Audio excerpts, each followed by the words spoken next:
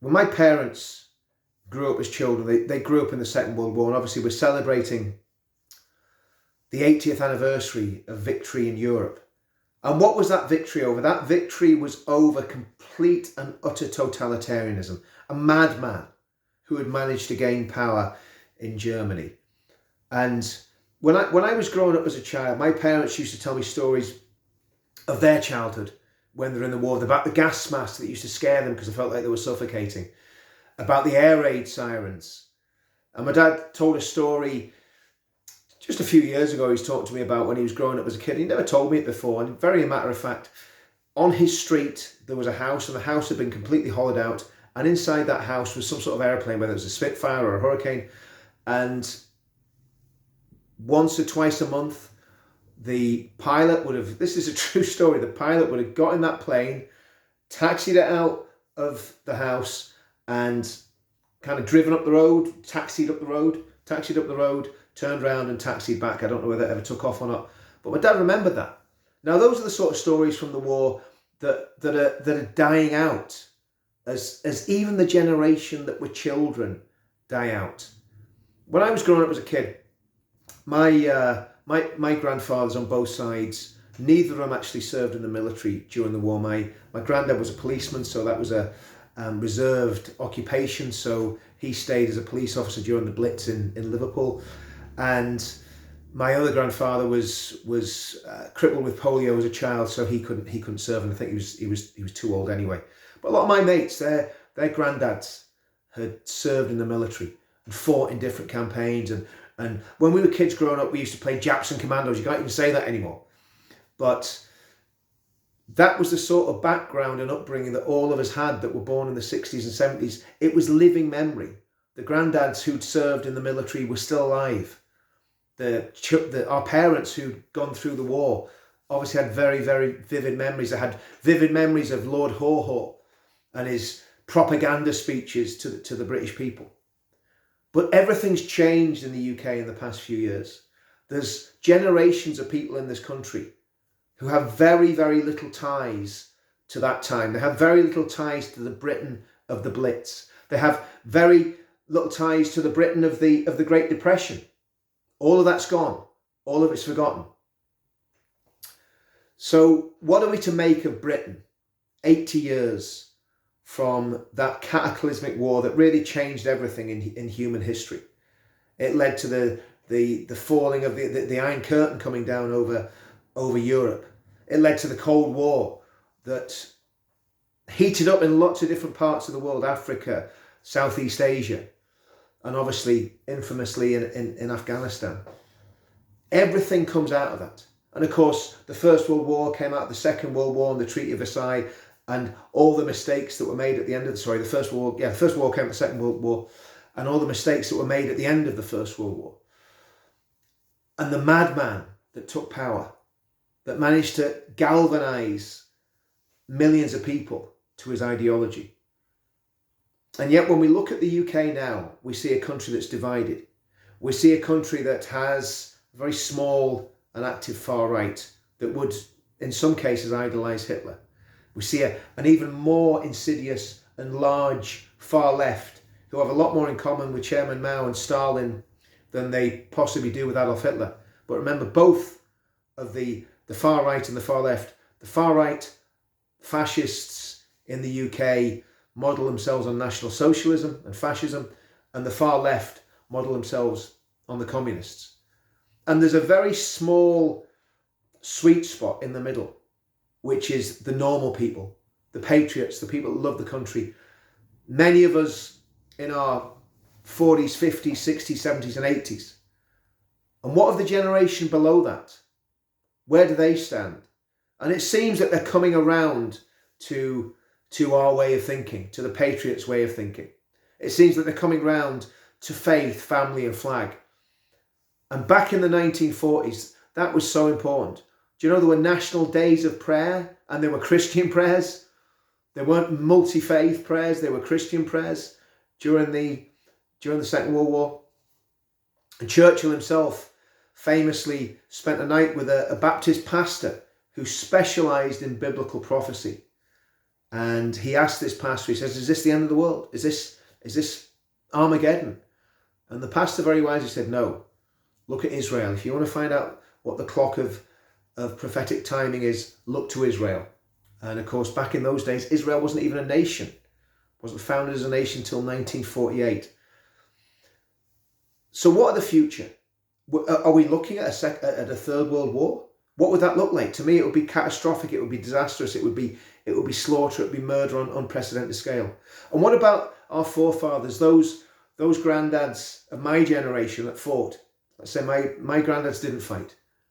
One was a policeman, the other one was disabled. But what of the men that fought? And what could their resilience and their grit tell us?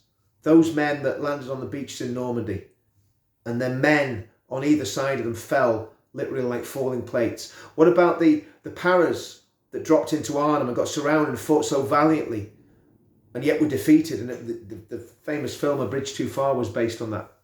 What about those Americans that came in their tens of thousands to save Europe?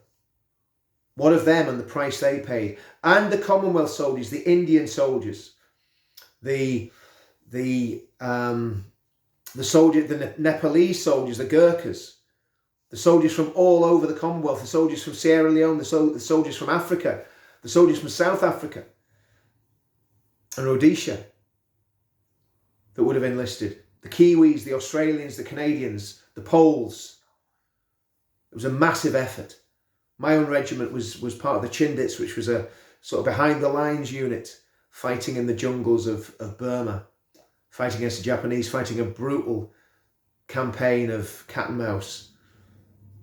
What of all those men? I remember meeting a guy, and this was, I suppose, in the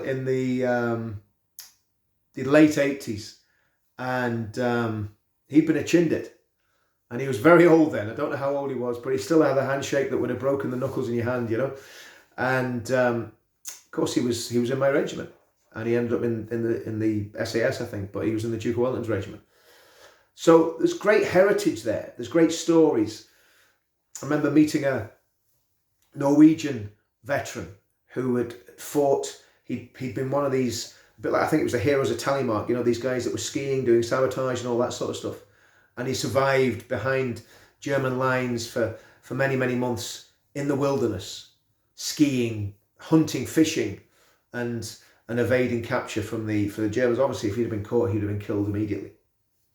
So there's all those stories, and great stories. And I remember when I was serving in Norway as a young soldier, and just being on those plateaus and those forestry blocks and those frozen wastelands, and just thinking, what must it have been like for the brave soldiers and commandos that fought against the Nazis.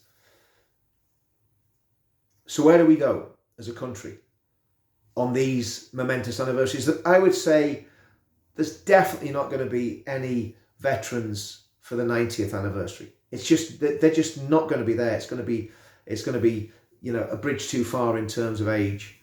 So all of that generation will be gone, and we won't have any living memory anymore. All we'll have are the memories that are on film. And I watched a documentary done by ITN today on YouTube, and it was about the Troubles, and it was ridiculously biased. And I watched it, and I just thought, my goodness, this guy doesn't have a clue what he's talking about. It was like the IRA were the heroes of the day, according to this documentary. This is on YouTube, put out by ITN Archive. So what will history look like? We've already seen Churchill being denigrated and Churchill being portrayed as part of the problem in the Second World War, which is complete nonsense, obviously. And will we see the rehabilitation of Joseph Stalin? Because that's another thing. The further left governments go, the more that becomes a problem. And will the people coming to our country ever understand what our culture is about and the sacrifices that men and women have made, not just in the two world wars, but in all the wars before and since? You think about the campaigns in Korea, the campaigns in Borneo, the campaigns in Aden, the campaigns in Israel and Palestine, the campaigns in in Northern Ireland, the Falklands, the Balkans, then Iraq and Afghanistan. There's a lot of blood been spilt. A lot of veterans have been damaged beyond repair, physically and mentally. They're scarred forever. But the problem that we've got is our military is disengaging from the public. Our military is disengaging from the military by the sounds of it. If you listen to what the Marine's been saying about the DEI stuff that's going on, what's going to be left of our military? What's going to be left of our nation in another 80 years' time? So we need to take stock at these times, and we need to think about where we've come from. We need to think about the sacrifice of those soldiers. We need to think about the bravery of those men in the tanks that went through across the beaches of Normandy and went into the highways and byways of Normandy, the villages and the towns. And many of them were in just metal coffins. And they were hit by German Panzerfaust, and they were hit by German Tiger tanks. And people were burnt to death, burnt alive in those little tin coffins. What about those people?